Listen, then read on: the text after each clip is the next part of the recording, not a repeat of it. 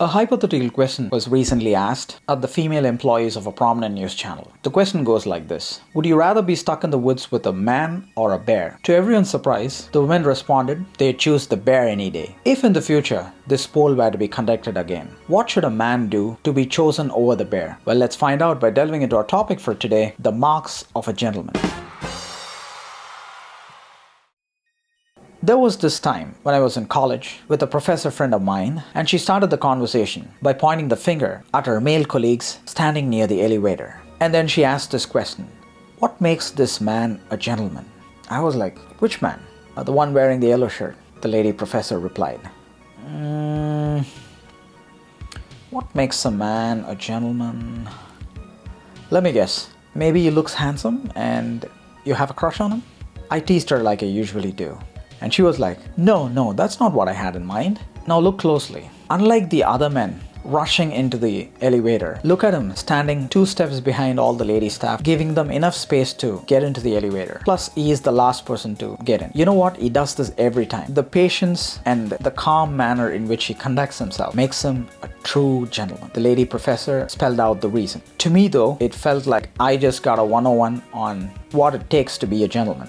Patience and calm demeanor in public spaces like elevators, escalators, planes, trains, buses, streetcars cannot be understated. And giving way to women, kids, and the elderly will certainly elevate you from the ubiquitous pack of desperate men. Let me talk about another incident that happened at the shared laundrette in the building where I reside. I'd earlier put my clothes into the dryer and it was ready to be taken out. When I got there, I was startled to see my clothes scattered across the not so clean laundry island. Apparently, the woman standing next to me confessed that she did it. Without batting an eye, I asked her why she did what she did when there were other vacant dryers for her to stuff all her clothes in.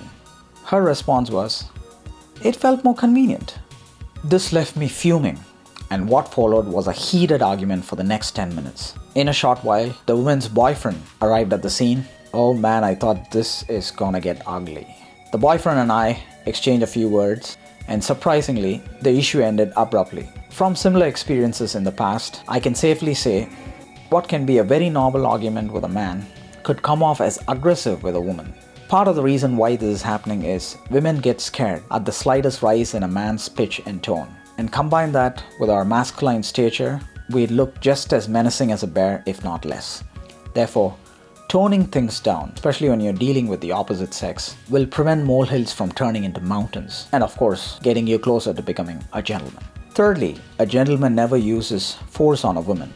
I have a younger sister, and in my late teens, we had a nasty fight, and I happened to slap her. And I slapped her so hard that her cheeks turned red, and a full impression of my 5 fingers were visible on her face. I still remember my sister's instant response to it. This is what she said: if we girls had the same might as you guys, this would reverse.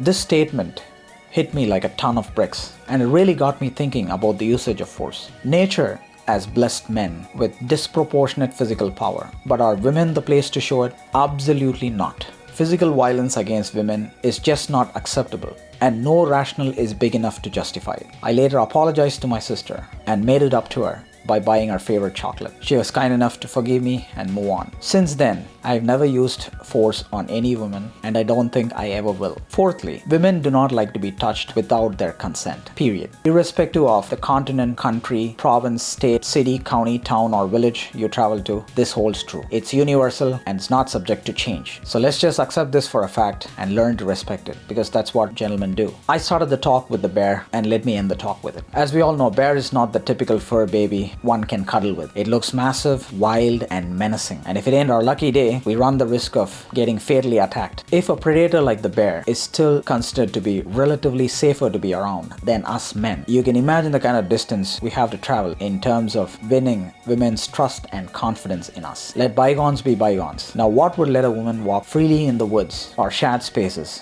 wearing whatever garb she wishes to wear at whatever time she pleases to do so? The answer lies in the unwavering transition from man to gentleman. Thank you.